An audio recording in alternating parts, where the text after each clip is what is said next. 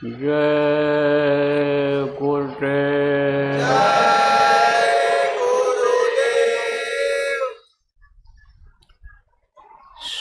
सर्वसमर्थ सर्वत्र स्मरणीय परम पूज्य गुरु जी महाराज, उपस्थित सभी साधक, सत्संगी, नामदानी, प्रबुद्ध नागरिक, धर्म प्रेमी बच्चियों एवं बच्चियों, आज 2 मार्च 2026 मध्याह्न बेला बाबा जय गुरुदेव नगर इटिया ठोक के पास के इस आश्रम पर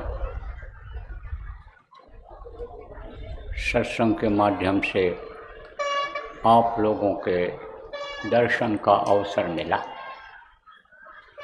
मेरा अहोभाग्य है।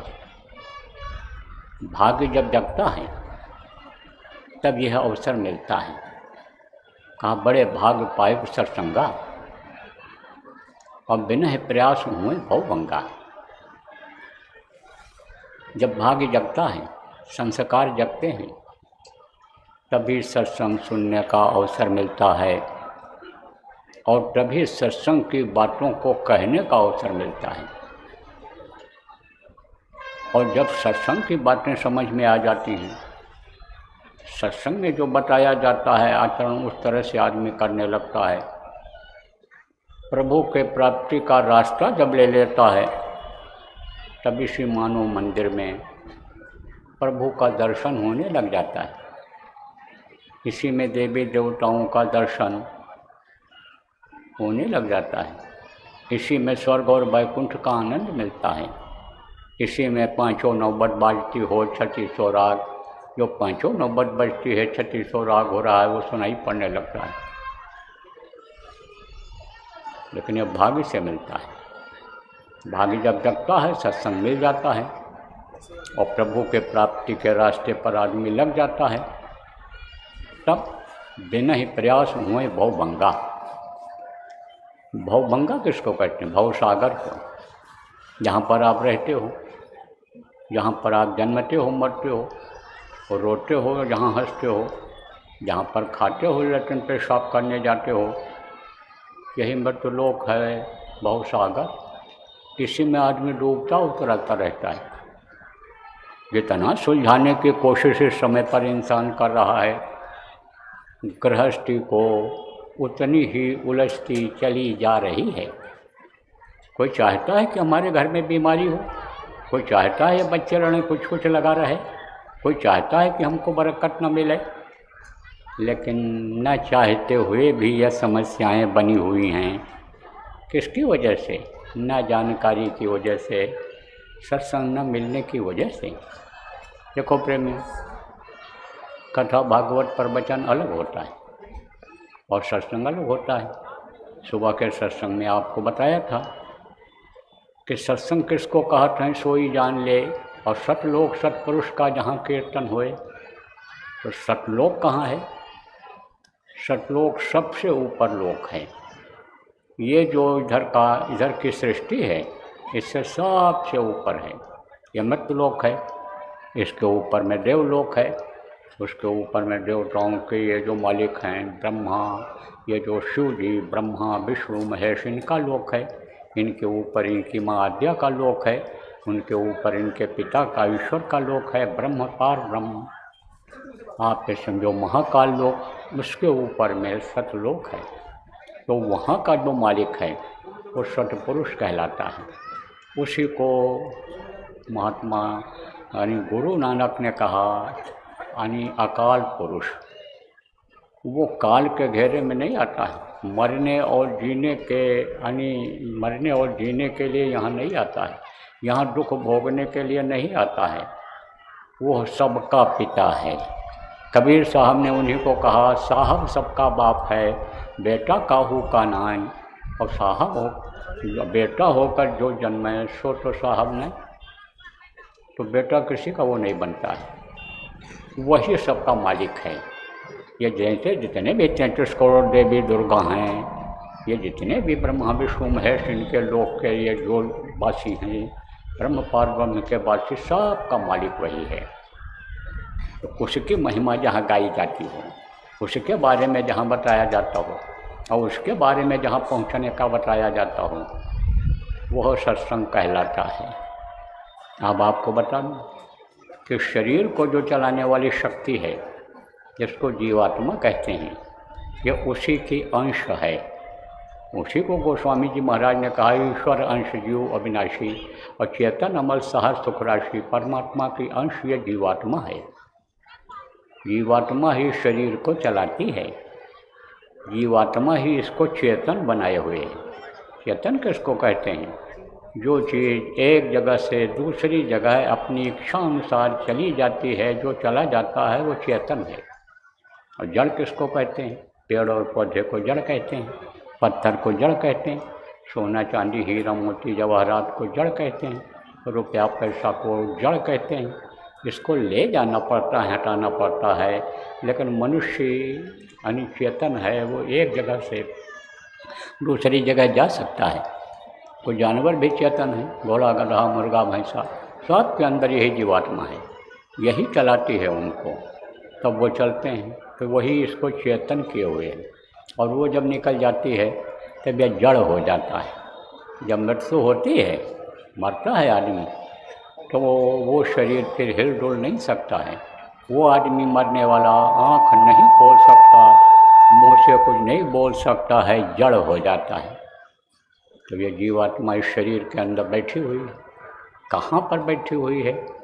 इन्हीं दोनों आँखों के बीच से रास्ता गया हुआ है, जो दिखाई पड़ती है, वो यहाँ पर बैठी हुई, सबसे ऊंचे बैठी हुई है। इसको शिखर कहते हैं, वही इसको चलाती है। पूरी ताकत से ये शरीर चलता है। अब यह मानव शरीर जो है, ये समझो ताना बाना से बना हुआ है। और इसमें इसको इस सिस्टम से उस मालिक ने बनाया है कि जिसको आदमी नहीं बना सकता है। वो बना भी देगा, ऊपर से देखने में वैसे ही बनेगा, लेकिन अंदर ही जो चीज़ें हैं वो नहीं बना सकता है। अंदर से ही वो खोखला ही रहेगा, वो चला फिरा नहीं सकता है। कोई आदमी बना करके दिल दिमाग बुद्धि नहीं ला सकता है, जीवात्मा को इसमें नहीं डाल सकता है। वहीं पर वो हार जाता है। क्या चीज़ निकल जाती है शरीर से? ये शरीर धड़ाम से गिर जाता है। आज तक कोई भी पता नहीं लगा पाया। तो ये प्रेमियों मनुष्य शरीर जो हमको आपको मिला, ये देव दुर्लभ शरीर है। देवता इसके लिए 24 घंटे तरसते रहते हैं। नर समान नहीं कौनो देही और जीव चराचर जाचते ही। जितने भी चर और अचर के जीव हैं, सब इस मनुष्य शरीर को मांगते रहते हैं। किससे मांगते हैं? उसी प्रभु से मांगते हैं। हम आप तो उसको भूल गए, यहाँ करके काल माया के देश में आ गए, पर्दा पड़ गया।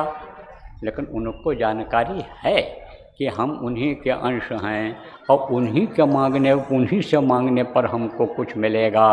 इसलिए वो बराबर इस मनुष्य शरीर को मांगते रहते हैं कि हमको आप मनुष्य शरीर एक बार दे दीजिए। अब आप में उनमें अंतर है। आप यहाँ पुण्य और पाप दोनों करने के अधिकारी हो।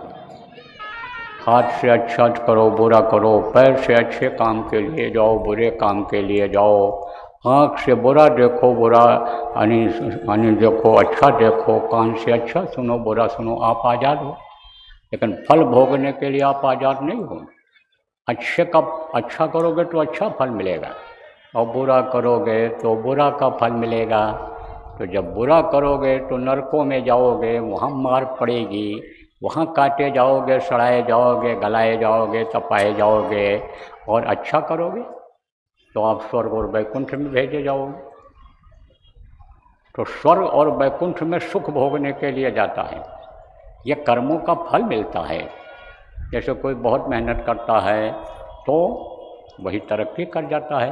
देखो पढ़े लिखे लोग होते हैं, उतनी ही डिग्री होती है, लेकिन जो ज़्यादा मेहनत करता है उसका प्रमोशन जल्दी हो जाता है, अधिकारी बना दिया जाता है, फिर ज़्यादा काम उसको नहीं करना पड़ता है, बंगला मिलता, गाड़ी मिलती, चपरासी मिलते, नौकर मिलते हैं, सुख हो जाता है उसको। ऐसे ही भेज दिया जाता है वहाँ। अब वो अगर बगैर सुख भोगे या चाहें कि हमको मनुष्य शरीर मिल जाए तो नहीं मिल सकता है। इसलिए उनको वही चिंता फिक्र बनी रहती है कि हमको मनुष्य शरीर जब तक नहीं मिलेगा तब तक हम उस प्रभु के पास पहुंच नहीं पाएंगे, उनका दर्शन नहीं कर पाएंगे।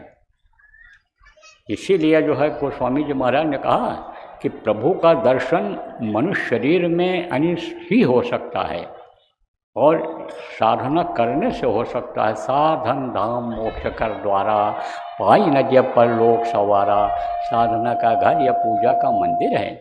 इसीलिए नर समान नहीं कौनो देही, जीव चराचर जाचर देही। जितने भी चराचर के जीव हैं सब इस मनुष्य शरीर को मांगते रहते हैं और देवता भी यही प्रार्थना करते हैं कि हमारा पुण्य जल्दी से ख़त्म हो और हम मनुष्य शरीर पाएँ और समर्थ गुरु की तलाश कर लें, उनसे रास्ता ले करके प्रभु के पास पहुंच जाएं। वो भी यही प्रार्थना करते रहते। तो प्रेमियों 84 लाख योनियों में श्रेष्ठ शरीर तो यह ही है, लेकिन उनसे भी श्रेष्ठ है जो ऊपर में लोग हैं, जीव हैं, उनसे भी श्रेष्ठ है। तो 84 लाख किसको कहते हैं? यही कीड़ा मकोड़ा, सांप, गोजर, बिच्छू, यही अंडज पिंडज उखमज स्थावर। अंडज किसको कहते हैं? जो अंडे से बनते हैं। पिंडज किसको कहते हैं? मनुष्य को कहते हैं। स्थावर किसको कहते हैं? पेड़ पौधे को कहते हैं। सबसे श्रेष्ठ ये मनुष्य शरीर है। लेकिन मनुष्य शरीर जो आपको मिला है, देव दुर्लभ शरीर जो मिला है, ये कोटि जन्म जब भटका खाया तब यह नर्तन दुर्लभ पाया। ये 84 में चक्कर काटने के बाद, कोटि जन्म भटकने के बाद तब यह मनुष्य शरीर मिला है। अब इस मनुष्य शरीर पाने का मतलब अगर आप नहीं समझ पाए और मनुष्य शरीर में मनुष्य शरीर पा करके, समर्थ गुरु पा करके, नाम दान ले करके, और अगर आपने कुछ उपाय नहीं किया तो चूक जाओगे, तो फिर पछताओगे। लौट 84 आया, उसी में आना पड़ जाएगा। तो अब की बार आपको मौका मिला है, अब के बार यह मिला है मौका। आप ये समझो कोटि जन्म जब भटकने के बाद यह मौका मिला है, तो अब की बार चूकना नहीं है प्रेमी। तो इसी मनुष्य शरीर में ही सब कुछ है। इसी में गंगा, इसी में जमुना, इसी मतलब यह है कि इसमें है सिरजनहारा। घट में गंगा, घट में यमुना, घट में सिरजनहारा है। देखा लोगों ने। देखो हम उदाहरण देकर इसलिए समझाते हैं कि पढ़े लिखे बुद्धिजीवी लोग इसमें काफ़ी बैठे हुए हैं। हर तरह के लोग हैं, अधिकारी, कर्मचारी, जज लोग और राजनेता सब बैठे हुए हैं इसमें। और आप बहुत छोटे लोग जिनको वो कहते हैं खेती करने वाले, किसान, मजदूरी करने वाले, आप विद्यार्थी, आप दुकान दफ्तर का काम करने वाले, सब बैठे हुए। तो उदाहरण देकर इसीलिए समझाते हैं कि समझ में आ तो जाए आप लोगों के। तो ये जो मनुष्य शरीर है, ये समझ लो कि एक बार मिला है और अब की बार अगर चूके तो दोबारा फिर जल्दी मिलने वाला नहीं है। इसलिए अपना काम बनाना है। अपना काम क्या है? अपना काम यही है कि अपनी आत्मा को परमात्मा तक पहुंचा दिया जाए और ये जन्मने और मरने की जो पीड़ा होती है उससे छुटकारा पा जाए। देखो प्रेमियों, जन्मते वक्त भी बहुत तकलीफ़ होती है, बहुत तकलीफ़ होती है, तभी तो बच्चा रोता है। रोता हुआ ही बच्चा पैदा होता है। वो मरते समय भी तकलीफ़ होती है, सबको होती है। मरते समय तो पापी कुकर्मी जीवों को इतना पीड़ा होता है बदन में कि हड्डी हड्डी चटकती है, आँख की रोशनी ख़त्म हो जाती, कान से सुनाई नहीं पड़ता, ज़बान तुतली हो जाती है, छटपट करता है, बड़ी परेशानी होती है। तो जन्मत मरत दूसरा दुख कोई बहुत कष्ट होता है जन्मते और मरते वक्त। तो दोबारा फिर ये न झेलना पड़े। ये कष्ट फिर न झेलना पड़े। निकल चलो, देशवा पिराना है, अपना देश नहीं है, दूसरे का देश है, ये काल भगवान और माया का देश है। तो प्रेमियों, ये कब संभव होगा? जब कोई रास्ता बताने वाला मिलेगा। तो रास्ता बताने का काम कौन करता है? रास्ता बताने का काम, ज्ञान देने का काम, शिक्षा देने का काम ये मास्टर का होता है, जिनको गुरु जी कहते हैं। ये टेक्नीशियन जो होते हैं, इंस्ट्रक्टर जिसको इंग्लिश में कहते हैं, उनका काम होता है। अब इसको हिंदी में हम बता दें, समझा दें। जैसे कोई लोहे का काम सिखा दे किसी को, तो वो उसको अपना गुरु मान लेता है। बिजली का काम सिखा दे, बढ़ई का काम सिखा दे, लोहार का काम, गाड़ी बनाने का काम, दाढ़ी बनाने का काम सिखा दे, तो वो उसका गुरु होता है। ऐसे ही गुरु होते हैं, विद्या गुरु होते हैं, आध्यात्मिक गुरु होते हैं। तो ये भौतिक विद्या कहलाती है कि जो ये ज्ञान देते हैं कि भाई इस इल्म से, इस यानी समझो ज्ञान से आप कमाओ, खाओ, बच्चों को भी खिलाओ, पेट पालो, कोई दरवाजे पर आ जाए भूखा दूखा रोटी खिलाओ, पानी पिलाओ, गृहस्थ धर्म का पालन करो। तो ये जो ज्ञान देते हैं ये भौतिक ज्ञान है। मास्टर लोग पढ़ा देते हैं, नौकरी मिल गई, काम मिल गया, उससे कमाई होने लगती है। यह हुनर सिखा देते हैं, उससे कमाई होने लगती है। तो वो विद्या यानी समझो जो आती है, उसको आप समझो कि विद्या यानी दान कहलाता है, वो विद्या दान कहलाता है। वो भौतिक गुरु होते हैं, वो विद्या गुरु होते हैं, और आध्यात्मिक गुरु अलग होते हैं। सब लोगों ने दो दो गुरु बनाए थे, क्योंकि गुरु बिन भव निधि तरे न कोई, और जो वीरंच शंकर सम हुई। अभी थोड़ी देर पहले आपने प्रार्थना सुना, कैसे मिलेंगे भगवान गुरु के बिना। चाहे जितना कंठी पहन लो, माला शरीर में पूरा डाल लो, सिर मुड़वा लो, राख रमा लो, इतना त्याग करो, खड़े रहो ऐसे 4-6 दिन 6 दिन, एक पैर के ऊपर, शरीर को सुखवा दो, पेड़ों पर लटके रहो, कांटों पर सोते रहो, शरीर को तपाते रहो पंचाग्नि लेकर। लेकिन जब तक समर्थ गुरु, सच्चे गुरु नहीं मिलेंगे, तब तक भगवान का दर्शन नहीं हो पाएगा, प्रभु का दर्शन इस मानव मंदिर में नहीं हो पाएगा। भटकते रह जाओगे, भटकते रह जाओगे, इसी में 184 में भटकते रह जाओगे। जैसे कहा गया 184 भटक कर पग में अटके आए, और अब के पासा न पड़ा तो फिर 84 जाए। 184 लाख योनियों में भटकने के बाद आए हो, और अब की बार अगर चूक गए नहीं मिलेगा। तो बार बार ये बात इसलिए बता रहा हूँ कि चूकना नहीं है। अब की बार मौका लग गया है, दांव लग गया है, तो हारना नहीं है। अब की बार इल्म मालूम हो जाए कैसे जीतेंगे, नंबर मालूम हो जाए, तो समझ लो लॉटरी खुल गई। तो समझ लो कि अब एक तरह से अब की बार जीतना है।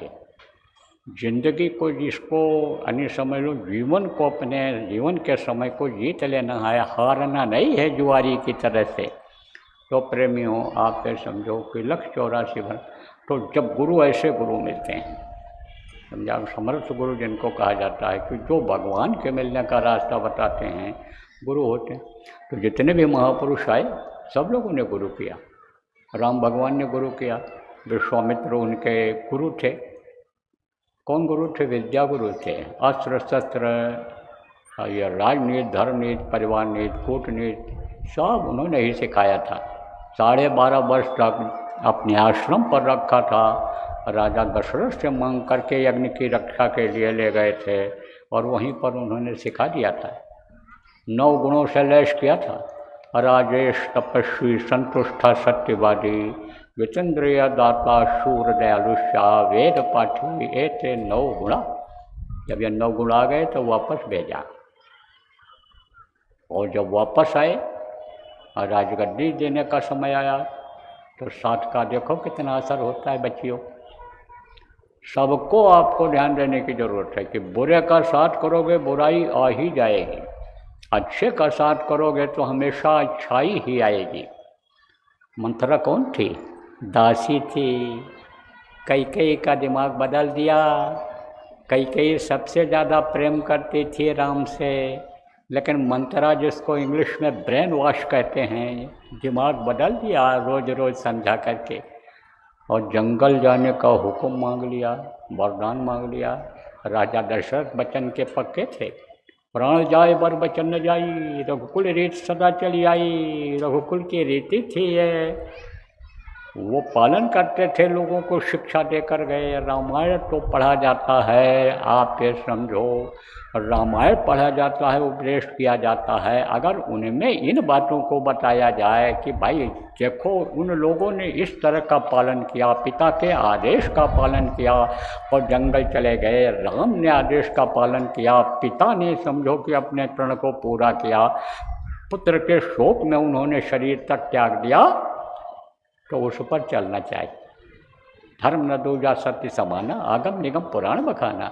सत्य धर्म बताया, अहिंसा परमो धर्म बताया, जीव की हत्या मत करो, मारो काटो मत सताओ, सबके अंदर परमात्मा की अंश जीवात्मा है, ये है उसमें। यह बात का पालन कराना चाहिए, बताना चाहिए लोगों को, उपदेशकों को।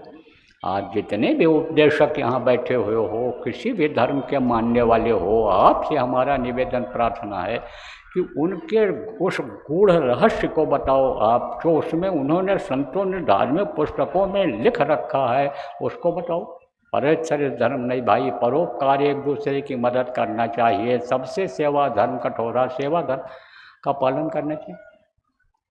तो गए जंगल, जब जाने लगे थे राम भगवान, आदेश का पालन किया, तो आवाज़ लगाया था, है अयोध्यावासियों, धर्म की स्थापना करने के लिए जा रहा हूँ, साथ दे दो। लेकिन किसी ने साथ दिया। लोग कहते हैं बाबा के पास छोटे ही लोग जाते हैं, वही गरीब लोग जाते हैं। परिवर्तन किसके द्वारा होता है, बदलाव किसके द्वारा होता है? छोटे लोगों के द्वारा होता है। जिन लोगों के दिल और दिमाग में ऐसी बात है कि ये कुछ नहीं कर पाएंगे, छोटे लोग क्या कर पाएंगे, गुरु की दया रही तो आप जैसे छोटे लोगों के द्वारा बहुत बड़ा परिवर्तन करा दिया जाएगा। तो अब आप ये समझो प्रेमी, परिवर्तन उन्होंने करके दिखा दिया बंदर और भालुओं के द्वारा। कूट कूट करके भर दिया रिद्धि सिद्धि, कूट कूट करके अणुमा गणिमा महिमा लगमा, या जो सिद्धियाँ हैं सब भर दिया जो गुरु से उनको मिला था। तो वो थे कौन? विश्वामित्र जी विद्या गुरु थे। और आध्यात्मिक गुरु उनके कौन थे? वशिष्ठ जी थे। प्रमाण मिलता है कि जब रावण को देखा ज़्यादा बलशाली है और ज़्यादा उसके अंदर ज्ञान है, शक्ति है, पावर है, तब इनको थोड़ी फिक्र हुई।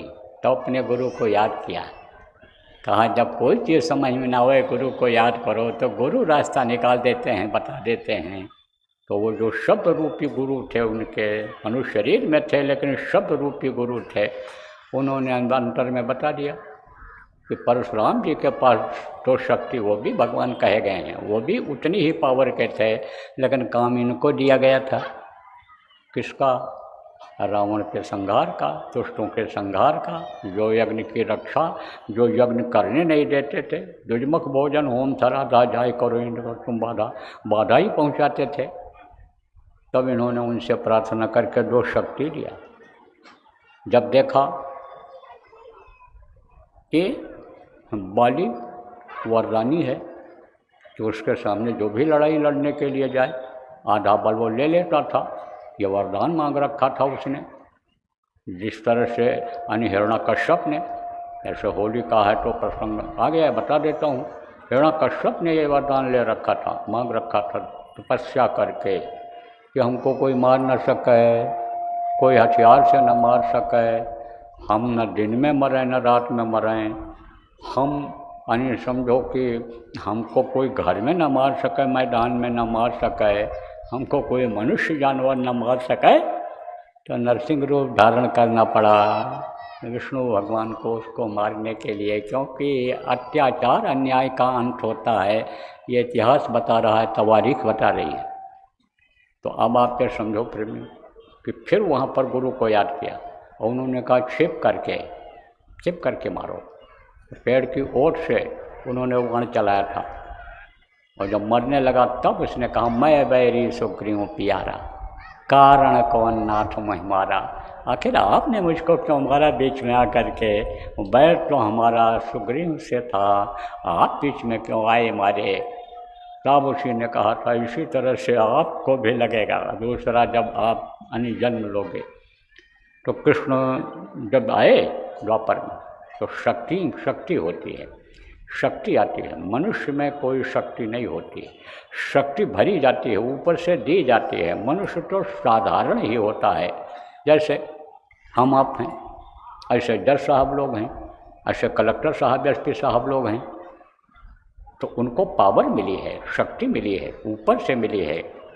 तो वो जो कहेंगे वो होगा, हमारे आपके साधारण लोगों के कहने से नहीं होगा। ऐसे शक्ति भरी जाती है, ऊपर से शक्ति दी जाती है, तो शक्ति मिली है। था ना, मनुष्य बली नहीं होत है, यानी पुरुष बली नहीं होत है, और समय होत बलवान। अब भीलन लूटी गोपिका वही अर्जुन वही बाण।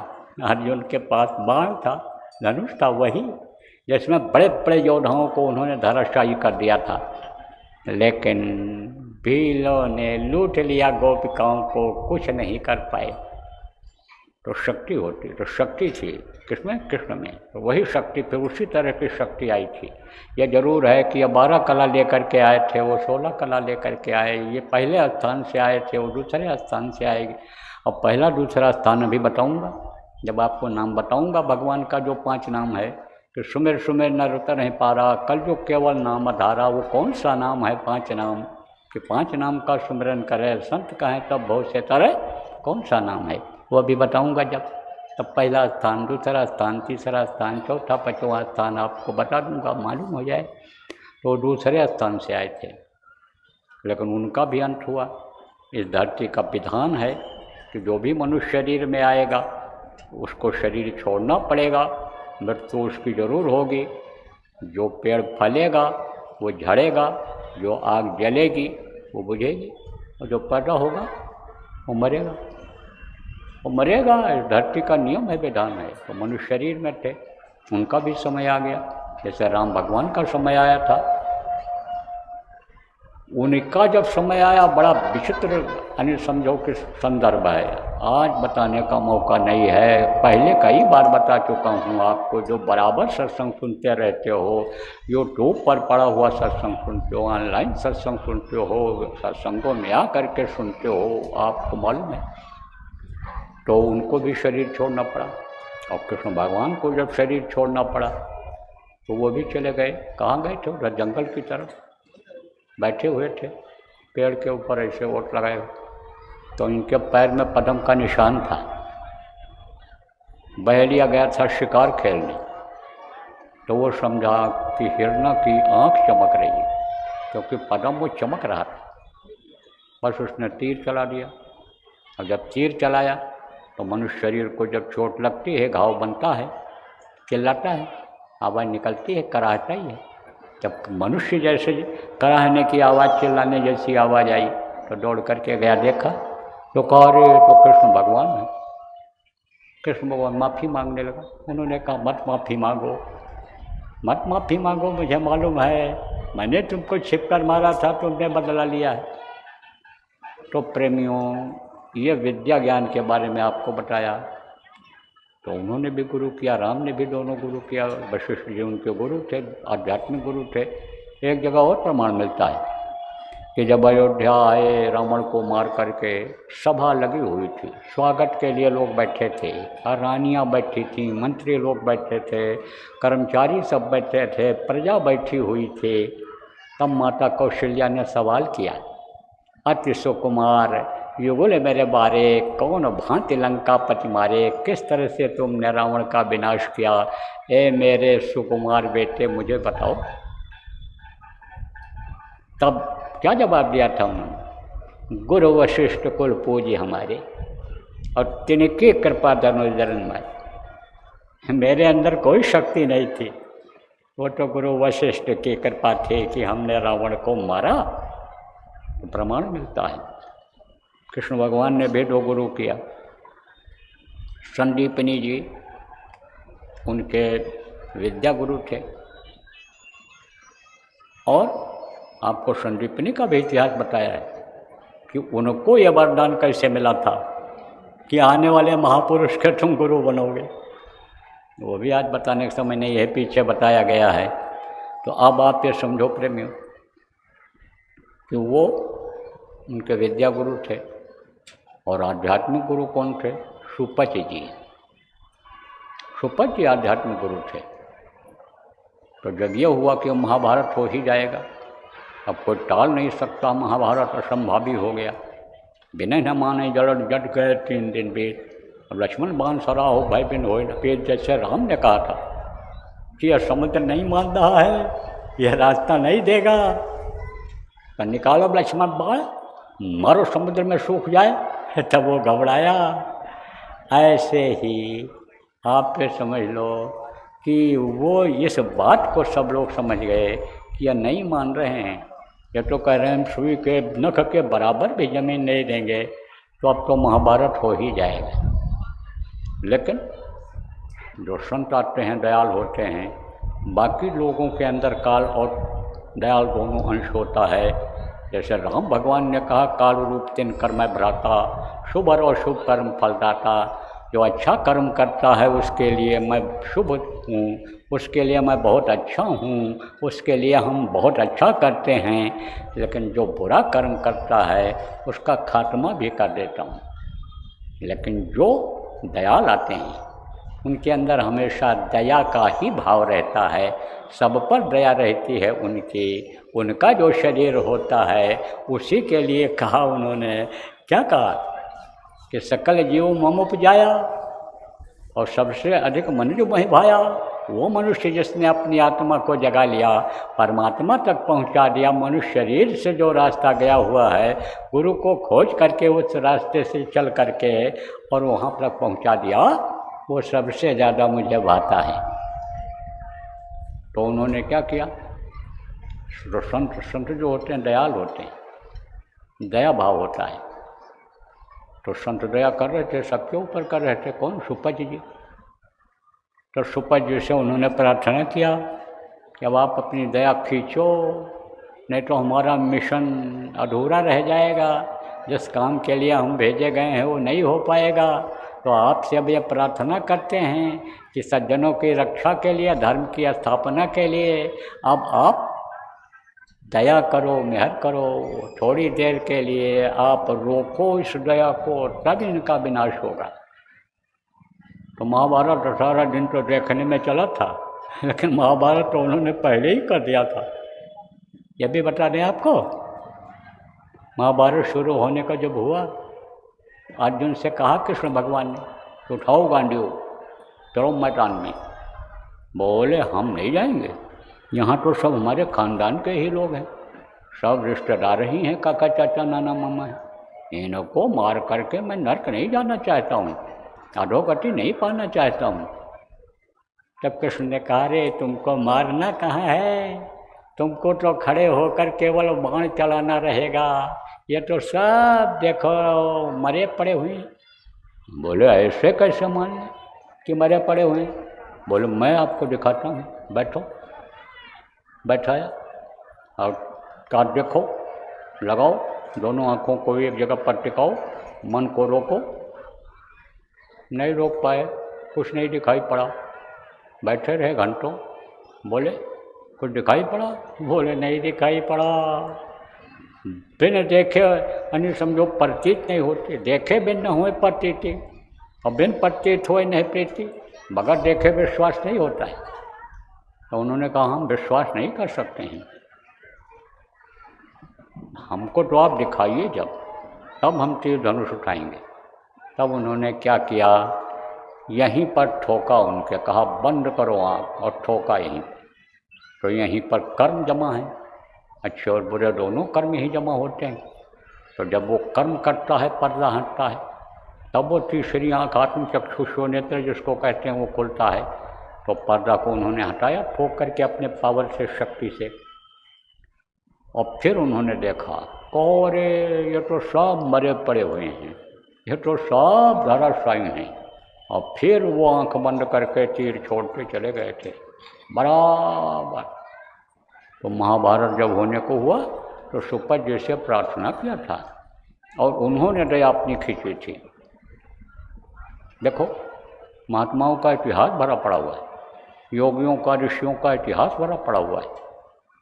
वेद व्यास ऋषि थे, त्रिकालदर्शी थे। त्रिकालदर्शी किसको कहते हैं? जो पीछे हो गया उसको भी देखते हैं, जो इस समय हो रहा उसको भी देखते हैं, और आगे आने वाले को भी देखते हैं। वो त्रिकालदर्शी कहलाते हैं, त्रिकालदर्शी कहलाते हैं, त्रिकालदर्शी थे। उनका लड़का था सुखदेव, वो माँ के पेट से बाहर ही नहीं निकल रहा था। कह रहा था हम बाहर जाएंगे तो माया का पर्दा पड़ जाए, जो देखो आज पड़ा हुआ है। माया का पर्दा किसको कहते हैं? पर्दा आप जानते ही हो। और माया किसको कहते हैं? रुपया पैसा, धन दौलत, जमीन जायदाद और ये औरतें, यही हैं माया। और इनका फैलाव कहाँ तक है? गो गोचर लग जा मन जाई, सो सब माया जानो भाई, पूरा चाहे कहीं भी चले जाओ इसी का पसारा है। यही चीज़ें सब जगह हैं। देखो आदमी उसी में फंसा हुआ है, तो माया का पर्दा पड़ गया। भगवान याद आते हैं? एक मिनट याद नहीं आते किसी। और बहुत से लोग तो भगवान को जानते ही नहीं, कहते हैं कमाओ और खाओ, बढ़िया खाओ, बढ़िया पहनो, बढ़िया घर में रहो, अच्छा अच्छा सामान इकट्ठा कर लो। वो तो कहते हैं यही हमारा कर्म है। कर्म को नहीं, कर्म नहीं जानते हैं, कर्म अच्छा नहीं कर पाते हैं तो धर्म उनके अंदर नहीं आता है। तो आप ये समझो, कहा गया यशं न विद्या तपो न दानम, ज्ञानम न शीलम न गुणो न धर्मा, ते मृत्युलोके भू भार भूत्वा मनुष्य रूपेण मृगाश्चरन्ति। तो वो तो एक तरह से बोझा है, वो तो एक तरह से जानवर जैसे हैं, कि जैसे जानवर होते हैं, खाते हैं, टट्टी पेशाब करते हैं, बच्चा पैदा करके दुनिया संसार से चले जाते हैं। ऐसे धर्म कर्म को न मानने वाले, भगवान को न मानने वाले लोग हैं। बहुत से लोग तो नास्तिक जिसको कह लो आप, वो हो गए। लेकिन पहले का जो नियम था, बराबर भगवान को याद करते थे लोग, सुबह शाम याद करते थे। देखो कितनी बरकत थी। यही गृहस्थ आश्रम स्वर्ग कहा जाता था, और यही अब नर्क हो रहा है। घर छोड़ करके लोग भाग रहे हैं। आप ये समझो कि जल जल के औरतें मर रही, जहर खा करके मर रहे, भाई भाई को मार डाल रहा है, पिता पुत्र को मार डाल रहा है, कोई किसी की बात नहीं सुन रहा है। यही नर्क जैसा हो गया, यही नर्क जैसा हो गया गृहस्थाश्रम।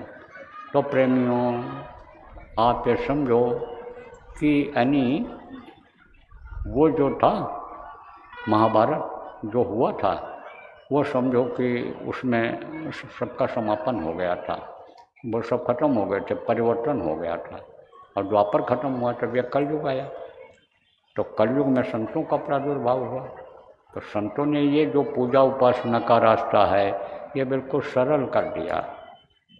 अब जो पहले अष्टांग योग, हठ योग, कुंडलिनियों का जगाना था, वो अब नहीं रहा। आँखों के नीचे की साधना सब खत्म कर दी गई। आँखों मध्य पाखी चमके, पाखी मध्य तारा, ते द्वारे दूरबीन लगावे, उतरे भवजल पारा। आँखों के बीच से जो रास्ता गया हुआ है, उससे भव सागर से पार हो सकते हैं। अब यह बराबर सरल होता गया, सरल होता गया। 700 वर्ष लगभग हुआ संतों को इस धरती पर अपना काम शुरू किए हुए। उस समय भी थे, लेकिन वो सतलोक तक का भेद नहीं बताते थे, क्योंकि उनको जानकारी नहीं थी। लेकिन कबीर साहब सबसे प्रथम संत थे, उन्होंने सतलोक तक की चढ़ाई की थी, तो वहाँ का भेद खोला था उन्होंने। तो तब से ये भेद समझो बताना शुरू किया लोगों। उनके गुरु नानक, उनके श्री नानक साहब थे प्रथम संत, उनको उन्होंने पावर दिया था। और भी लोग थे, लेकिन पावर उनको दिया। ये 10 गुरु हुए, एक दूसरे को पावर देते गए। राधा स्वामी हुए, इधर आप समझो शिवदयाल जी महाराज जिनका नाम था। उसके बाद ये हमारे जो है विष्णु दयाल जी, भूरेलाल जी महाराज और हमारे गुरु महाराज, ये सब संत रहे हैं, इनको पावर रहा है। संत समझो कि संत गति को पाने वाले, वहाँ तक पहुँचने वाले और लोग भी रहे हैं, लेकिन उनको यह काम नहीं सौंपा गया। पावर उनको इतनी नहीं दी गई। उनको अपने ही जीवात्मा के कल्याण को पहुंचाने का पावर मिला, लेकिन जो इनको काम सौंपा गया जीवों को उद्धार करने का, पहुंचाने का, उनको पावर ज़्यादा दिया गया। तो इधर संतों का प्रादुर्भाव जब से हुआ, तब उन्होंने भेद खोला। अरे किसका कि भाई इसी मनुष्य शरीर में भगवान मिलता है। सबसे पहले तो यही समझाया और कहा इसी में मिला लोगों को, समझाया बताया। गुरु महाराज भी हमारे समझाते थे उदाहरण दे करके। और अगर दर्शन मिला न होता, देखा न होता, तो कैसे कहते गुरु घर में घर दिखलाऊँ मैं धुन सबक पान पतलाऊँ। कैसे मीराबाई कहती कि घट घट मेरा साइया सूनी सेज न कोय, बलिहारी या घट का जागट प्रगट हो। कैसे ये कहती। मुसलमानों में भी फकीर हुए हैं जिनको अंदर में जिनकी खुल गई रूहानी आँख और उन्होंने देखा ऊपर, जिन्होंने दीदार किया, दर्शन किया, वो इसको मनुष्य शरीर को जैसे हिंदू महात्माओं ने कहा यह मंदिर है, ऐसे उन्होंने कहा ये जिस्मानी मस्जिद है, इसी में खुदा का दीदार होता है। कहा उन्होंने कि अल्लाह अल्लाह का मज़ा मुर्शिद के महखाने में है, दोनों आलम की हकीकत एक पैमाने में है। ना खुदा मंदिर में देखा, ना खुदा मस्जिद में है। और शेख जी रिंदों से पूछो दिल के आशियाने में, इसी में है। हाथ तक इसी में मिला जिसको मिला। हमारे गुरु महाराज डंके का चोट पर कहते थे कि मरने के बाद न किसी को मिला है न मिलेगा, मिलेगा तो जिंदा ही मिलेगा, तो मिलता इसी में है। अब आपसे पूछा जाए कि दुनिया किसने बनाया, तो जो पढ़े लिखे समझदार लोग हो कहोगे भगवान ने बनाया। अब भगवान अगर आपको मिल जाए, उनका दर्शन हो जाए, उनसे प्रेम हो जाए, तो दुनिया की कोई चीज़ों की कमी रहेगी? नहीं रहेगी। जो इच्छा की नहीं मन माही, और हरि प्रताप का दुर्लभ नहीं। जिस चीज़ की इच्छा करो वो चीज़ अन्य मिल जाए आपको, इच्छा करते ही वो चीज़ हाजिर हो जाए। उदाहरण मिलता है, सती सावित्री ने पति के प्राण को वापस ले लिया। सती अनुसूया ने ब्रह्मा विष्णु महेश को छोटा छोटा बच्चा बना दिया। इच्छा करते ही हनुमान जी छोटे बन करके उड़ करके गए, और जब पहाड़ उठा करके लाने को हुआ संजीवनी, इच्छा किया कि हमारा शरीर भारी भरकंप हो जाए, तो भारी भरकंप हो गए, तभी तो पहाड़ उठा कर लेकर आ पाए थे। तो इच्छा शक्ति आ जाती है। जो इच्छा की नहीं मनमानी, और हरि प्रताप का दुर्लभ नहीं। जिस चीज़ की इच्छा आदमी करेगा उसकी वो इच्छा पूरी हो जाएगी। तो क्यों नहीं एक ही साधे सब सधे, सब साधे सब जाए, एक यही साध लिया जाए इसी मनुष्य शरीर से कि भगवान मिल जाए, प्रभु का दर्शन हो जाए। लेकिन अभी आपने वो भी एक प्रार्थना सुना, कैसे मिलेंगे भगवान गुरु के बिना, कैसे मिलेंगे? कौन से गुरु? आध्यात्मिक गुरु। जैसे हमारे गुरु महाराज थे। गुरु तो सब एक जैसे होते हैं, जैसे महात्मा सब एक जैसे होते हैं, संत एक जैसे होते हैं। लेकिन वो संत कौन होते हैं जिनको अधिकार होता है, पावर ज़्यादा होता है? वो समझो बारीक संत होते हैं। और ये बाकी मोटे संत समझ लो। मोटा आदमी कभी उड़ सकता है, कहीं दौड़ सकता है, कहीं जा सकता है। और जो पतले होते हैं, दुबले होते हैं, वो मतलब महीन बारीक कह लो। तो कहा गुरु गुरु तो सब बड़े, कोई नहीं छोड़। और शब्द पारखी महीन है, बाकी चावल मोट। शब्द पारखी गुरु होना चाहिए। गुरु करना तो शब्द पारखी करना, शब्द की पहचान जिसको हो, ऐसा संतों ने कहा है। जिसको ध्वन्यात्मक नाम कहा गया है, ध्वन्यात्मक नाम कहा गया है, उसकी जिसको जानकारी हो, ध्वनि को जो पकड़ा दे, शब्द को जो पकड़ा दे, जो शब्द इस जीवात्मा को खींच करके परमात्मा से मिलाता है। जैसे चुंबक लोहा को खींच लेता है अपनी तरफ, अपने में मिला लेता है, चिपका लेता है, ऐसे वो शब्द उस प्रभु से मिला देता है। तो उसका जो जानकार हो वो गुरु करना चाहिए, वही गुरु करना चाहिए। वो स्वामी जी महाराज ने जहाँ ये कहा कि नाम लिया तो बहुत सुंदर सुखा हूँ, सुजन विचार करो मन माही, कि नाम लेते ही अब बहुत सागर सूख जाए, उतरने में आसानी हो जाए। उन्होंने गोस्वामी जी महाराज ने जहाँ ये कहा कि राम न सकहि नाम गुण गाई, कहन करो मैं नाम बढ़ाई। नाम की महिमा का कहाँ तक वर्णन करूँ? राम भी नहीं गा सकते, नहीं गा पाए, उस महिमा का वर्णन नहीं कर पाए। नाम में इतनी शक्ति होती, इतना पावर होता है नाम में। लेकिन फिर उन्होंने कहा आखिर भाई नाम मिलेगा कहाँ? तब कहा कि नाम रहा संतन आधीना, और संत बिना कोई न चीना। मगर संतों के नाम की पहचान नहीं हो सकती है, संत ही बताते हैं नाम। तब आप कहोगे भाई कौन सा ऐसा नाम है कि जिससे हम भवसागर से पार हो जाएं? कौन सा ऐसा नाम है जिसको हम मानते हैं भगवान राम कहते हैं, उनको भी जानकारी नहीं हो पाई कौन सा वो नाम है? तो नाम दो तरह का होता है, एक मुँह से लेने वाला होता है और एक सुनने वाला होता है। तो दोनों नाम रहते हैं इस धरती पर, और महापुरुष जब आते हैं तो दोनों नामों को जगाते हैं। जैसा राम भगवान थे, राम नाम में शक्ति थी, आपको याद होगा। पत्थर पर राम राम लिख करके समुद्र में डाला गया था, सारे पत्थर तैरने लगे थे। जैसा कृष्ण नाम आया तो कृष्ण कृष्ण जिसने जहाँ पर पुकारा, कृष्ण खड़े हुए मिले, द्रौपदी को बारा, ग्रह को बारा, तमाम ऐसे उदाहरण मिल रहे हैं। त्रेता खत्म हुआ, द्वापर खत्म हुआ, नाम बदलता चला गया। त्रेता खत्म हुआ, द्वापर खत्म हुआ, जब कलयुग आया कबीर साहब आए तो उन्होंने सत्साहम नाम बताया। जब नानक साहब आए तब उन्होंने गुरु के जलवा को जब अंदर में देखा, पावर को देखा, शक्ति को देखा, तब कहा वह गुरु वह गुरु वह गुरु वह गुरु, वारे मेरे गुरु वारे मेरे गुरु। जैसे लड़का खड़ा हो जाता है तो कहते वारे भैया वारे भैया वारे भैया, खाने लगता है वारे भैया खा ले, हमारा लड़का खाने लग गया। ऐसे ही वह गुरु वारे गुरु। गुरु का जलवा क्या देखा अभी हमने, आपने तो बिल्कुल नहीं देखा। अब आप पे समझो बहुत से लोग बिल्कुल नहीं देख पाए, कुछ लोग इसमें हैं साधक, आप पहचान पाओगे तो बता दूंगा। वो देखते हैं बराबर साधना जो शिविर लगाई गई उनमें बहुत लोगों को लाभ मिला। आज भी अभी गाड़ी में एक आदमी चिट्ठी साधना से संबंधित डाल गया था, उसमें यही साधना के बारे में लिखा है।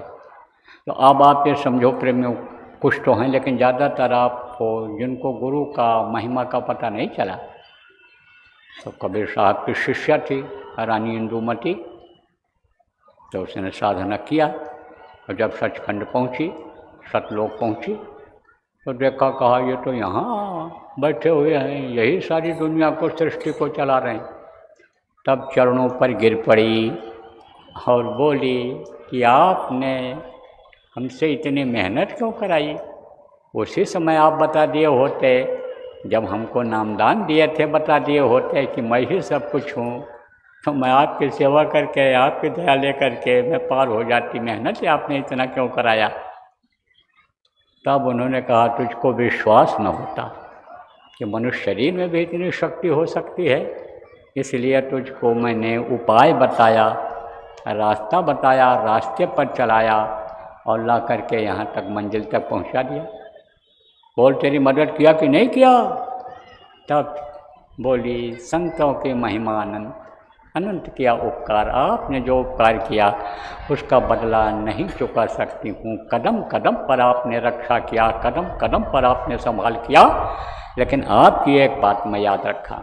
देखो प्रेमी, जो भी नामदानी हो या जो प्रेमी हो, धर्म प्रेमी हो, आप इस बात को याद रखो कि गुरु को मत भूलो।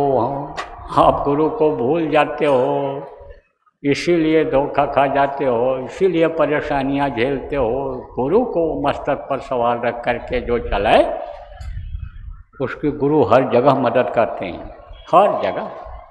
जहाँ कोई नहीं पहुँच पाएगा वहाँ गुरु की दया पहुँचेगी, कोई न कोई निमित्त मात्र आ जाएगा, गुरु आपके लिए किसी न किसी को भेज देंगे। जानवर को देख करके हट जाते हैं, आप समझ लो सांप आ रहा हो, नेवला आ गया तो वो उसके भय से हट जाता है। आप समझो भैंसा आ रहा हो मारने के लिए और शेर दिखाई पड़ गया तो भाग जाता है। ऐसे ही किसी न किसी को गुरु भेज दिया करते हैं मदद के लिए, किया करते हैं। तो रानी इंदुमती ने कहा कि आपकी एक बात मैंने यही रट लिया, याद किया, क्या कि गुरु माथे पर राखिए, चलिए आज्ञा माई, और कह कबीर दास का 3 लोक बना। फिर उसके लिए 3 लोक में कहीं भी कोई भय नहीं है। और 3 लोक में ही ज़्यादा रुकावट आती है, ज़्यादा बंधन यहीं पर है। आपको सब बताया गया है, जगत जाल और फिर माया जाल और फिर समझो कि इंद्रियों का जाल, ये कई तरह के जाल हैं। तो ज़्यादा दिक्कत इन्हीं लोकों में आता है। महाकाल तक महाकाल ने जाल बिछाया, वो भी जाल बिछाए हुए हैं। ये काल दंड जहाँ से भी जहाँ लौट आया, जहाँ का वापस कर देता है, ऐसा जाल बिछाए हुए। लेकिन गुरु की दया होती है तो किसी भी जाल में नहीं फंसता है जीव। गुरु को हमेशा मस्तक पर सवार रखना चाहिए, याद करते रहना चाहिए।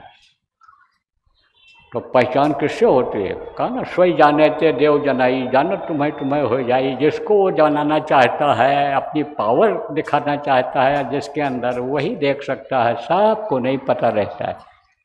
तो प्रेमियों, मैं आपको बता रहा था कि जब ऐसे गुरु शब्द भेदी गुरु मिलते हैं, तब जहाँ का जीव तहाँ पहुँचा हुआ। तब ये जीवात्मा जहाँ से आई है, प्रभु के अंश है, प्रभु तक पहुँच जाती है। फिर ये नीचे दुख झेलने के लिए इस दुख के संसार में नहीं आती है। और वो रास्ता हमारे आपके अंदर में है। और इसीलिए माँ के पेट में वादा किया था कि हम भजन करेंगे, एक बार मौका दे दो प्रभु, दे दिया है उन्होंने। तो अब चूकने की ज़रूरत नहीं है। तो रास्ता मिला आपको, और जो पुराने प्रेमी हो, नामदान मिल गया आपको। आज जो नए लोग आए हैं उनको दे दिया जाएगा। क्यों दिया जाएगा?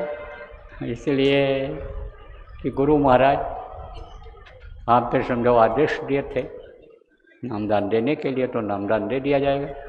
तो मैं आपको बता रहा था कि मुँह से लेने वाला नाम होता है।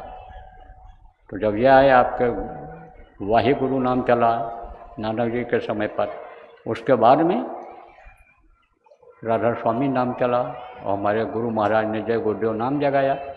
इस समय पर जय गुरुदेव नाम में शक्ति है, पावर है। और बहुत से लोग इसमें आजमाइश किए हुए बैठे हैं। आप जो नए लोग आए हो, बुद्धिजीवी लोग, इनसे पूछ करके देख लो।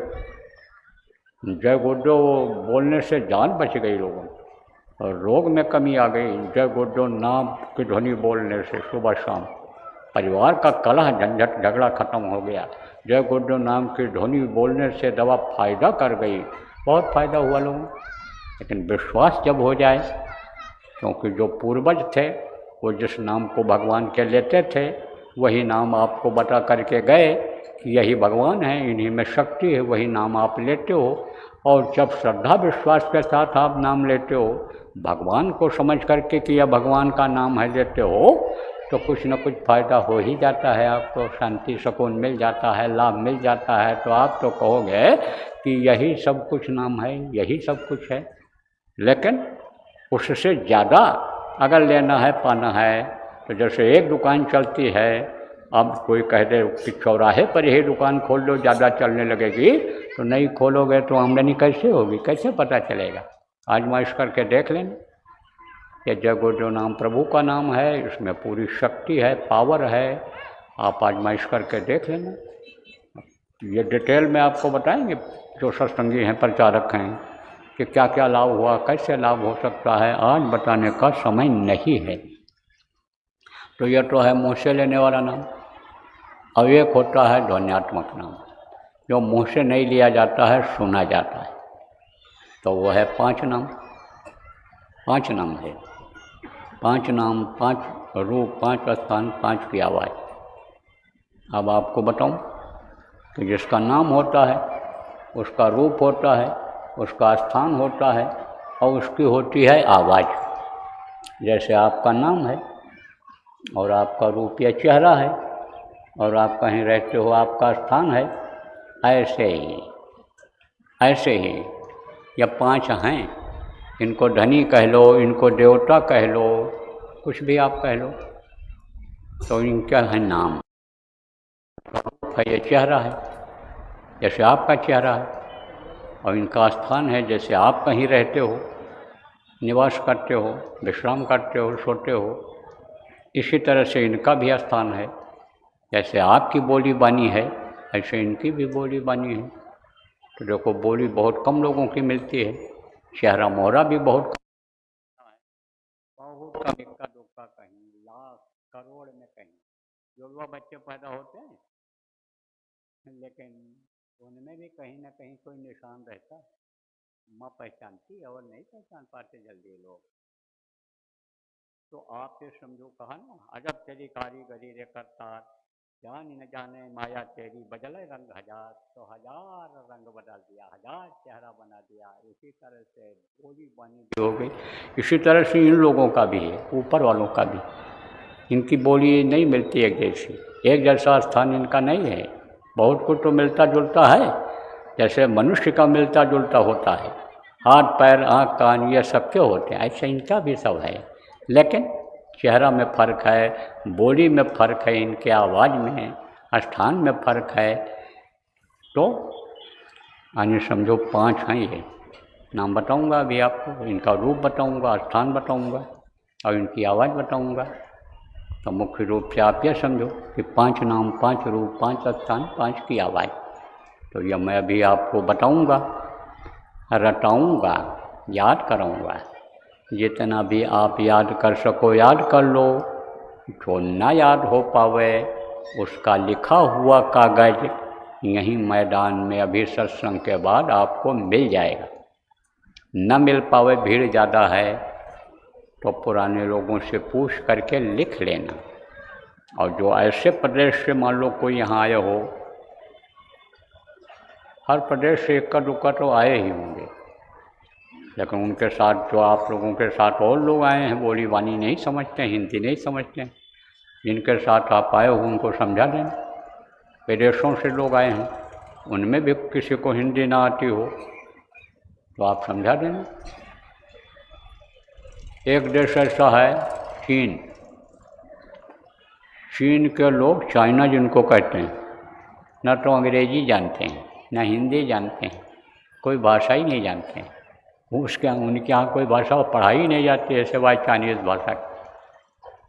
लेकिन साधना करते हैं, सीख करके गए हैं। जो हिंदी जानते हैं, अंग्रेजी जानते हैं, वो हम कभी जब अन्य विदेश संगत के लोगों को जब ये जोड़ते हैं कि कुछ सुना दीजिए, संदेश दे दीजिए, आपसे मिलना चाहते हैं लोग, देखना चाहते हैं आपको, पासपोर्ट नहीं मिल रहा है, वीज़ा नहीं मिल रहा है, जल्दी वीज़ा नहीं मिलता है। पाकिस्तान वालों को तो जल्दी वीज़ा मिले नहीं। दुबई गया था, वहाँ सत्संग किया, नामदान दिया। अब वहाँ पाकिस्तान का एक आदमी था, करने लग गया इसको जो बताया। अब उसकी खुल गई अंदर की आँख और देखा उसने, खुल गया अंदर का कान, सुना आवाज़ को, मस्त हो गया। तो जिनके यहाँ नौकरी करता था, यहीं के थे भारत के, तो उनसे जिन्होंने कार्यक्रम कराया था उनसे कहा भैया, भाई साहब, भाईजान, हमको किसी भी तरह से आप एक बार उज्जैन पहुंचा दो। बताया, उज्जैन में लिखा हुआ था कि उज्जैन भारत से आ रहे हैं, मध्य प्रदेश उज्जैन भारत से आ रहे हैं। उसने कहा एक बार उज्जैन हमको आप पहुंचा दो, उनका दीदार करा दो एक बार, तो आप समझ लो आपने मुझे जन्नत पहुंचा दिया, स्वर्ग पहुंचा दिया। जिसको विश्वास हो जाता है। अब चाइना में लोग करते हैं, 15 दिन का अखंड साधना शिविर लगाए थे अभी। तो ऐसे समझा देने से, समझ में आ जाने से करने लगते हैं। विदेशों में अपने बहुत सत्संगी हो गए, हजारों की संख्या में हो गए। कई जगह पर अन्य समझो मंदिर बना लिया लोगों ने, कई जगह सत्संग करने लग गए, दफ्तर खोल दिया। एक देश में 5-5, 6-6 जगह साधना शिविर अभी लगाया लोगों ने। तो प्रेमियों, आप ये समझो कि लोगों को अंदर में जब मिल जाता है, समझा देते हैं लोग, तब उनको विश्वास हो जाता है। तो आप उनको समझा देना, जो मैं बोलूँगा बताऊँगा, अगर वो न समझें तो समझा देना। ये बहुत बड़ा परोपकार है, उपकार जिसको कहते हैं। और वही फिर एहसान मानने लग जाता है कि इन्होंने हमको नामदान दिलाया था, इन्होंने हमको समझाया था, बताया था, अब देखो हमको कितना सुख मिल रहा है, आनंद मिल रहा है। जो यहाँ सुख है ये तो कुछ नहीं है। जो सुख, इसीलिए तो कहा ना, जो सुख है राम भजन में, वो सुख नहीं अमीरी में, मन लागा मोर फकीरी में। तरह तरह से तो महात्माओं ने समझाया है लोगों को, गद्य में पद्य में लिख करके समझाया है। सबका काम यही रहा कि भाई लोग भले बन जाएं, सबका खान पान सही हो गया या चाल चलन सही हो जाए, धर्म से लोग जुड़ जाएं, धार्मिक बन जाएं, ईश्वरवादी बन जाएं। जो आए खुदा परस्त बनाने के लिए फ़कीर आए, उनका यही निशाना था कि सब खुदा परस्त हो जाएं। तो अब आप पे समझो प्रेमी कि आप समझा देना, उनको रटा देना, याद करा देना, और जिनको पर्चा न मिले आप लिख करके याद कर लेना इन नामों को।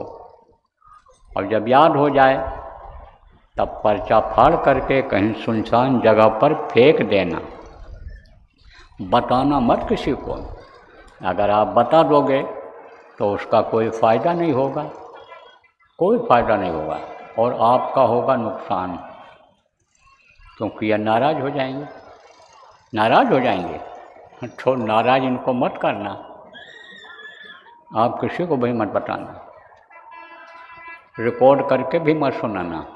और प्रेस मीडिया वाले हो, अगर आप इलेक्ट्रॉनिक मीडिया हो चाहे प्रेस मीडिया हो, आप छापना भी नहीं, प्रसारित भी मत करना, इसको ब्रॉडकास्ट जिसको कहते हैं मत करना। ये आपसे कहना है, फ़ायदा नहीं होगा और नुकसान आपका होगा कि जान करके इन्होंने गलती किया है। अब आप समझो 3 चीज़, सुमिरन, ध्यान और भजन। सुमिरन कहते हैं माला जपने को, दूसरा है ध्यान, ध्यान कहते हैं आँख से देखने को, तीसरा है भजन, भजन कहते हैं कान से सुनने को। तो जब आप ध्यान लगाओगे अंदर में कुछ आपको दिखाई पड़ेगा, बढ़िया चीज़ दिखाई पड़ेगी, ऊपर की लीला दिखाई पड़ेगी, तो मस्त हो जाओगे देख करके। देवी देवताओं का जब दर्शन करोगे, पूर्व परियों का दीदार जब करोगे तो मस्त हो जाओगे, मस्ती आ जाएगी। तो उसी मस्ती में दूसरों को बताने लगोगे, जोश में होश खो दोगे। इसलिए बताना मत किसी को। जब अंदर का कान आपका खुलेगा तो आपको वेदवाणी अनहद जिसको कहते हैं वो जब सुनाई पड़ेगा, तब आप लोगों को बताने लगोगे कि कितनी मस्तानी आवाज़ आ रही है, और बता दोगे तो बंद हो जाएगा। और बहुत से लोगों का इसमें बंद हो गया, रो रहे हैं, चिल्ला रहे हैं, अब नहीं मिल रहा। क्यों? क्योंकि उन्होंने आदेश का उल्लंघन किया। तो जितना ही वो दयालु है उतना भी सख्त, उतना सख्त भी है। वो ये नहीं चाहता है कि हमारे मर्जी के खिलाफ ये करें। मर्जी के अनुसार जब चलेंगे तभी इनका फ़ायदा होगा, तभी उनका लक्ष्य पूरा होगा कि हम आए हुए देश से जहाँ तुम्हारो धाम, तुमको घर पहुँचाना एक हमारो काम। इसलिए बताना मत किसी को, प्रेमियों मत बताना, जो भी दिखाई सुनाई पड़े। पति पत्नी को नहीं, पत्नी पति को नहीं, दोस्त दोस्त को नहीं, सहेली सहेली को नहीं, किसी को मत बताना आप, जो दिखाई और सुनाई पड़े। दिक्कत आवे तो साधना शिविर जब जहाँ लगेगी वहाँ पर आना, वहाँ समय रहता है, शांति वातावरण रहता है, वहाँ पूछ लेना अपनी बात कि हमको दिक्कत आ रही है। कई लोगों की चिट्ठियाँ जब आ जाती हैं दिक्कत वाली, तो मैं मंच से भी बता देता हूँ उपाय कि इस तरह से करो। तो आप किसी को मत बताना, कुछ भी जो दिखाई पड़े या सुनाई पड़े मत बताना। अच्छा, अब आप समझो 3 चीज़, 3 आँख, 3 कान और 3 नाक। हम नए लोग कहोगे भाई ये कैसे, 2 आँखें या बाहर हैं, इससे बाहर की चीज़ दिखाई पड़ती, और एक आँख अंदर जीवात्मा में है जो यहाँ बैठी हुई, जिसको दिव्य दृष्टि आत्मचक्षु नेत्र कहते हैं, जिसको पिंडी 10वां द्वार कहा गया, वो है। उससे ऊपरी लोगों की चीज़ें दिखाई पड़ती हैं और इन बाहरी आँखों से बाहर की चीज़ें दिखाई पड़ती हैं। इसी तरह से 3 कान हैं, 2 कान या बाहर हैं, इससे बाहर की आवाज़ सुनाई पड़ती है, और अंदर में एक दिव्य कान है।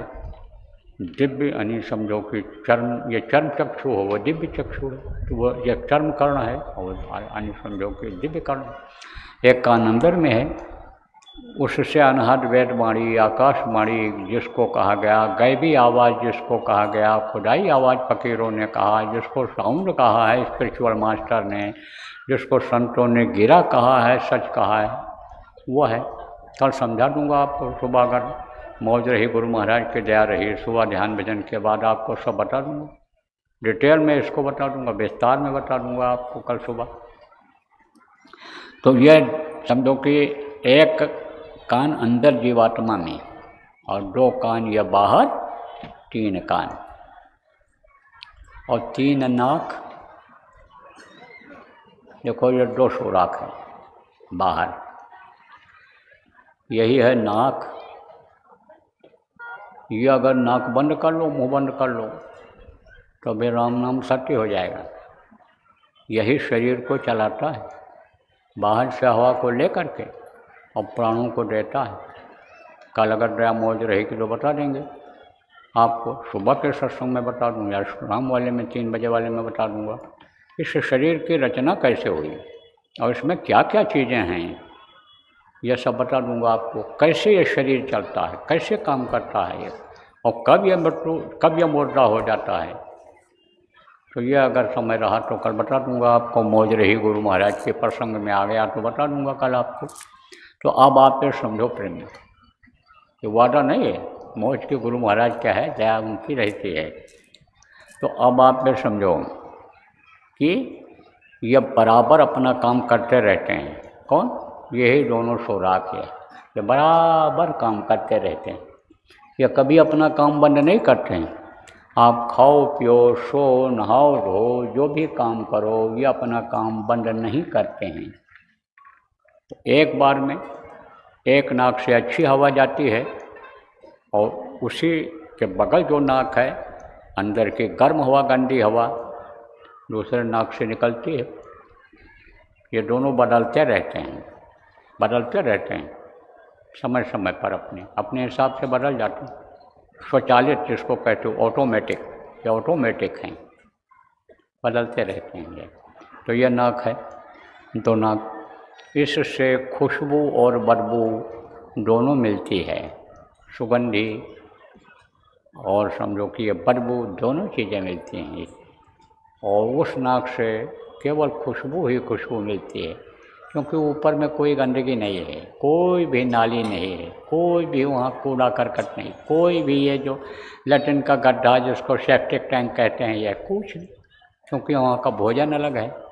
आपको कई बार बताया गया वो क्या खाते हैं, कैसे भोग करते हैं। बराबर सत्संग सुनते रहोगे तो आपको मालूम हो जाएगा। यूट्यूब पर भी बहुत से सत्संग पड़े हैं, आप सुन सकते हो, उसमें बताया गया। तो वहाँ कोई गंदगी नहीं है, निर्मलता है, चैतन्य देश उसको कहा गया है। वहाँ सुंदरता ही सुंदरता, वहाँ सूरज नहीं डूबता है, उजाला ही उजाला रहता है। यहाँ तो आपके दिन में भी अंधेरा हो जाता है, आँख बंद कर लो तो अंधेरा है, और वहाँ जब दृष्टि खुल जाती है तब तो उजाला ही उजाला है। परम प्रकाश रूप दिन राती, नहीं कच चाहिए दिया गत बाती, बिना भूमि एक महल बना है, तामे ज्योति अपारी रे, अंधा देख देख सुख पावे, बात बतावे सारी रे। ऐसे लिख दिया लोगों ने। प्रमाण है इसका, ये मत सोचना कि बाबा अपने मन से गढ़ करके और बता करके चले गए, इसलिए आपको सब समझा रहा हूँ। तो अब आप ये समझो कि ऊपर की जो ये खुशबू लेती है नाक, मस्त हो जाती है, मस्त हो जाती है। तो ये कब मस्त होती है? सूरज समाई शब्द में। आप जब ये शब्द में समाती है, और शब्द जो है वो ध्वन्यात्मक नाम है। नाम मतलब जो शब्द उतरा है ऊपर से, शब्द से ही सारा संसार बना है, उसी में से यह नाम निकलता चला गया है। आवाज़ बदलती चली गई है। कैसे? जैसे गंगोत्री से गंगा जी निकलती हैं, तो वहाँ जब गिरती हैं तो आवाज़ अलग रहती है, और जब और नीचे आती हैं, पहाड़ी नदियों में आती हैं, तो आवाज़ बदल जाती है। और वही जब हरिद्वार पहुँचती हैं तो आवाज़ और बदल जाती है। और वही जब त्रिवेणी संगम में आती हैं, बहुत हल्का आवाज़ हो जाता है। और समुद्र में अगर पहुँच गई गंगा सागर में तो नहीं के बराबर आवाज़ हो जाता है। ऐसे ही ये जो है तेज और कमज़ोर, और ऐसे ही आवाज़ आई, शब्द उतरा है, उसी में से नाम निकला है। तो जब इसमें ये सूरज समाएगी तो क्या होता है? नामदान देते समय वो रास्ता साफ किया जाता है और उससे जोड़ने के लिए बिल्कुल वहाँ घाट पर पहुँचा दिया जाता है। और जब एकदम से आदमी अभ्यास करता है, औरत अभ्यास करती है, कोई भी अभ्यास करता है तो वो जुड़ जाता है। तो जैसे नज़दीक हो तो कोई चीज़ जल्दी यानी आ जाएगा। जैसे रुई के नज़दीक जला करके ले जाओ लौ को, ऐसा ऐसे डियर हो और हवा का हल्का सा झोंका लगा तो फट से आग लग जाती है, ऐसे हो जाता है। ऐसे करना पड़ता है, उपाय करना पड़ता है। तो प्रेमियों, आप ये समझो ध्वन्यात्मक नाम, आप ये समझो कि आवाज़ जब मिलती है तो ऊपर आपको बता रहा था कि खुशबू आती है, ऊपर खुशबू है। तो 3 नाक 3 आँख 3 कान और सुमिरन ध्यान भजन 3 चीज़ें और 5 नाम 5 रूप 5 स्थान 5 की आवाज़, ये मैंने आपको बताया। अब आपको दूंगा नामदान। गुरु का आदेश हुआ था बहुत पहले कि ये नामदान देंगे नए लोगों को, पुराने लोगों को की संभाल करेंगे। वही दोनों काम कर रहा हूँ इस समय। तो गुरु का आदेश हुआ तो नामदान आपको दूंगा, आपको नामदान दूंगा और उसके बदले कोई लोटा धोती लंगोटी ज़मीन जायदाद आपसे नहीं मांग रहा हूँ। आपसे क्या मांगूंगा? जिसने आपको दिया है, ज़रूरत पड़ेगी तो उसी से हम मांग लेंगे। जिससे आप दिन रात मांगते रहते हो उस प्रभु से, उसी से मांग लूँगा। और मुझे तो विश्वास है कि हमारे गुरु ही, जिनके पास भरा भंडार है, वो ज़रूरत पड़ेगा तो सब दे देंगे। और मुझे ही नहीं प्रेमियों, गुरु से प्रेम कर लोगे, गुरु भक्ति कर लोगे, गुरु के आदेश का पालन कर लोगे तो गुरु आपका भी भंडार भर देंगे। तभी तो धरनी ने कहा, धरनी एक महात्मा थे, तो धरनी ने कहा जहाँ तक आँखों से देखा सब भिखारी हैं। धरनी जहाँ लो देखिए तहाँ लो सब भिखार, और दाता केवल सदगुरु देख न माने हार, देने वाले तो वो हैं। लेकिन आप ये कहो भाई, जब दीक्षा मंत्र लिया जाता है तो कुछ दिया जाता है दक्षिणा में, तो दे दो, वो भी मर्यादा बनी रहे। लेकिन देना क्या है आपको? आप अपनी बुराइयों को यहीं छोड़ जाओ। अभी तक जो आपकी वजह से हिंसा हत्या हुई है, जीव मारे काटे गए हैं और उनका मांस निकाल करके आप खरीद कर लाए हो, खाए हो, उन जीवों की रक्षा हो जाए। जो खाते हो, मछली मारते नहीं हैं लेकिन खरीद कर लाते खाते हैं, लेकिन यह नहीं मालूम है लोगों को कि पाप वही लगता है। जैसे कोई कत्ल करे, कोई हथियार दे दे, कोई योजना बनावे, कोई साथ चला जाए तो सज़ा सबको मिलती है। मारने वाले को, काटने वाले को, लाने वाले को, मांस पकाने वाले को, मछली अंडा पकाने वाले को, परोसने खिलाने वाले को, जिसमें हिंसा हत्या होती है, आप समझो पाप सबको लगता है। तो यह पाप कर्म आपका न बन जाए कि जिसकी वजह से पूरी धुल जाए आपका जो कुछ अच्छा करते हो। आजकल अच्छा लोग करते हैं, बहुत अच्छा करते हैं। जो काम प्रेमियों आप नहीं कर पाते हो, रोटी खिलाते हो, कंबल बांटते हो, समय समय पर दवा सब तमाम मदद करते हो आप लोगों की, जितना आप नहीं कर पाते उसका ज़्यादा लोग करते हैं, बहुत ज़्यादा करते हैं, लेकिन उनको लाभ नहीं मिलता है। इसी वजह से नहीं मिलता है क्यों? भगवान का नाम लेते हैं तो मंदिर ही गंदा है। तो जैसे मंदिर में ले जाए कोई मुर्दा मांस डाल दे तो वहाँ कोई पूजा करेगा? मस्जिद में कोई इबादत करेगा? नमाज अदा करेगा? गुरुद्वारा में कोई पाठ करेगा? प्रे करेगा कोई चर्च में? नहीं करता है, कहते जगह गंदी। ऐसे ही गंदगी आपने इकट्ठा कर तो कहाँ से कबूल करेगा?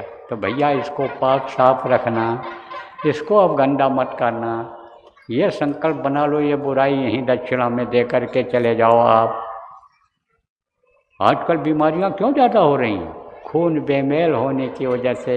जो चीज़ खाते हो आप उसी का खून बनता है, और खून जब बेमेल हो जाता है तब तरह तरह की बीमारी हो जाती है। कभी ब्लड प्रेशर बढ़ जाता, कभी डाउन हो जाता, कभी सिर में दर्द, कभी पेट में दर्द, कभी कुछ में। यह सब उसी की वजह से होता। अन्न खाने से देखो हो जाता। आप समझो इसी तरह से उससे सबसे ज़्यादा होता है। तो भैया किसी भी जानवर का मांस मत खाना, मछली मत खाना, अंडा मत खाना, और ऐसे नशे का सेवन मत करना कि जिससे आदमी होश में नहीं रह जाता है। आपसे प्रार्थना है, निवेदन, हाथ जोड़ कर विनय हमारी, तजो नशा बनो शाकाहारी, छोड़ो व्यभिचार बनो ब्रह्मचारी, सत्य को लाने की करो तैयारी।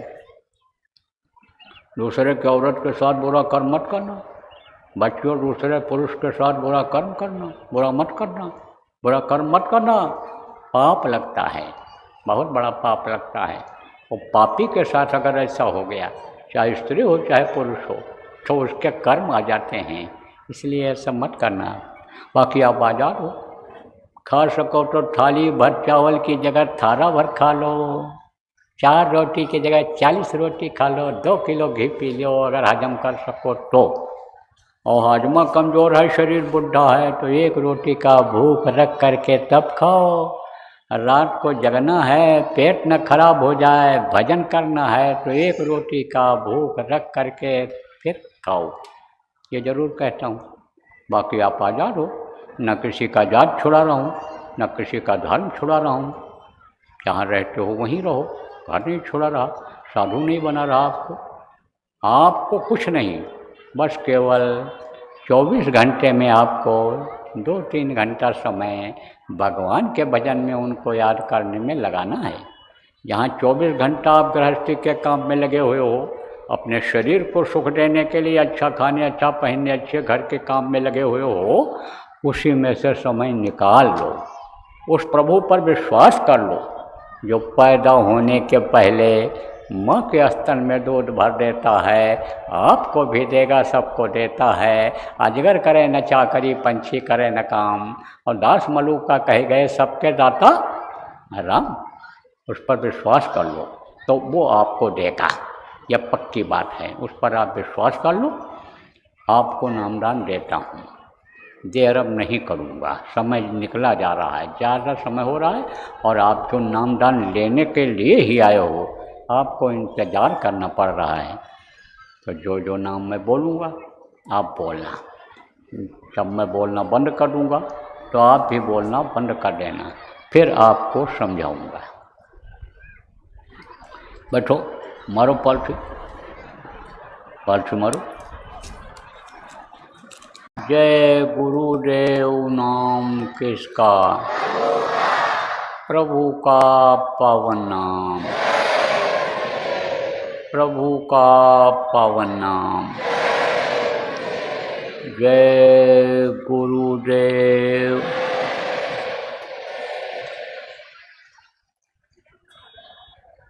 गुरु चरणों में अपने लगा लीजिए, गुरु चरणों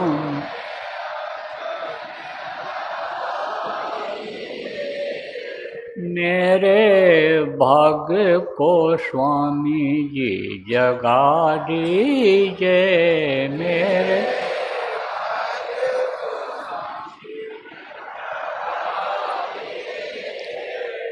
गुरु चरणों में अपने लगा लीजिए, गुरु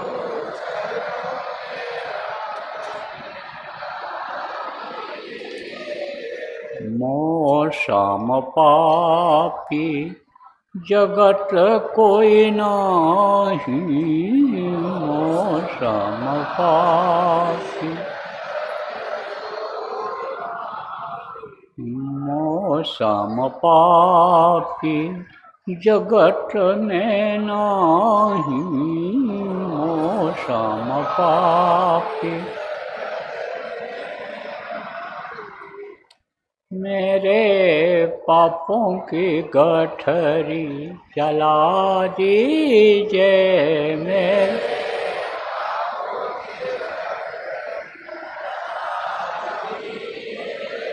मेरे भाग्य को स्वामी जी जगा दीजिए,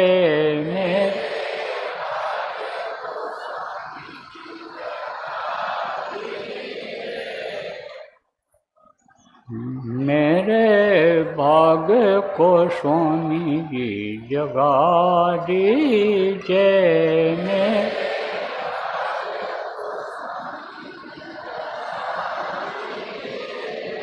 काम क्रोध मद लोभ सतावे, काम क्रोध इन दुष्टों को स्वामी जी हटा दीजिए।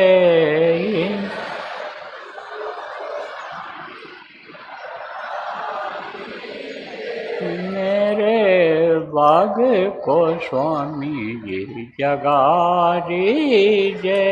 मेरे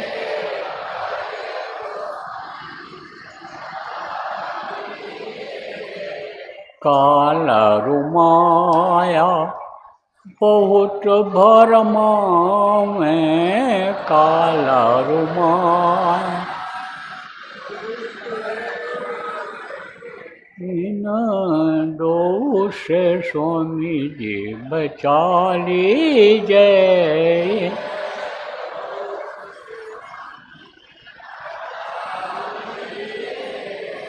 गुरु चरणों में अपने लगा लीजिए।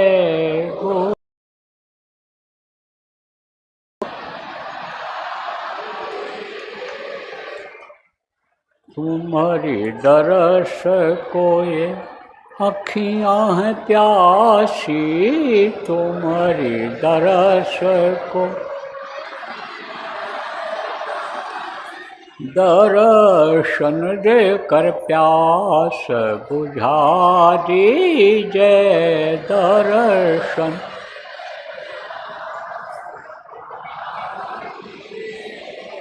गुरु चरणों में अपने लगा लीजिए। गुरु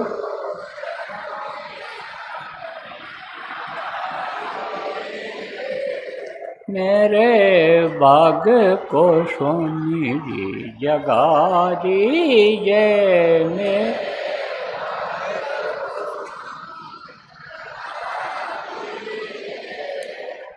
बैन सुनन को श्रवण मेरे व्याकुल, बैन सुनन को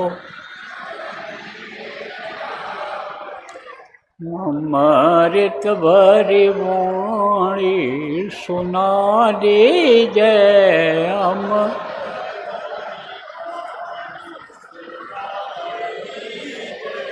गुरु चरणों में अपने लगा लीजिए। गुरु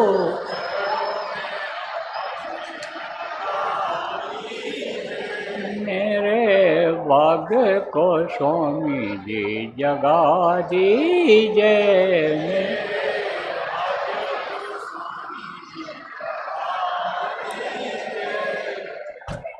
जय गुरुदेव।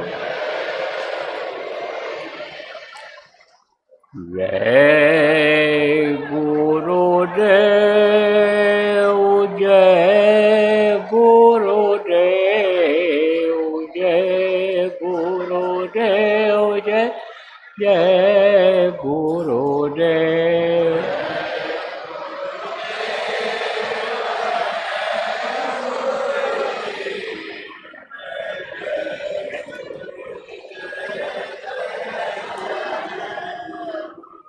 जय गुरुदेव। जय गुरुदेव। जय गुरुदेव। जय जय गुरुदेव।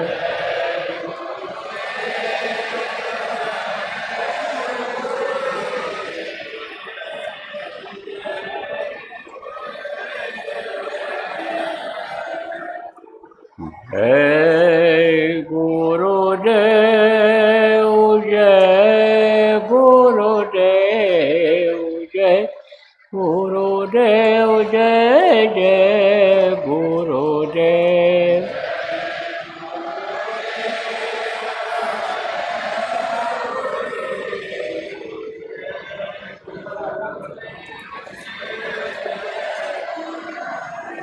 इसी तरह से नामधनी घरों में बोलवाने से फायदा होने लगता है, लाभ मिलने लगता है। तो बोलो जय गुरुदेव। कल दिन में भी होगा इसी समय पर, और गुरु महाराज की दया रहेगी, नए लोग आएंगे तो नामदान दे दिया जाएगा। परसों की गारंटी नहीं है। तो बोलो जय गुरुदेव। देखो, लेने के लिए जो पहले मिल चुके हो, चाहे सुबह चाहे दोपहर में, वो लोग खड़े मत होना। सबका आदेश है। जो नए लोग आए हो और मिलना चाहते हो, वो लोग लंबी लाइन लगा करके खड़े हो जाना।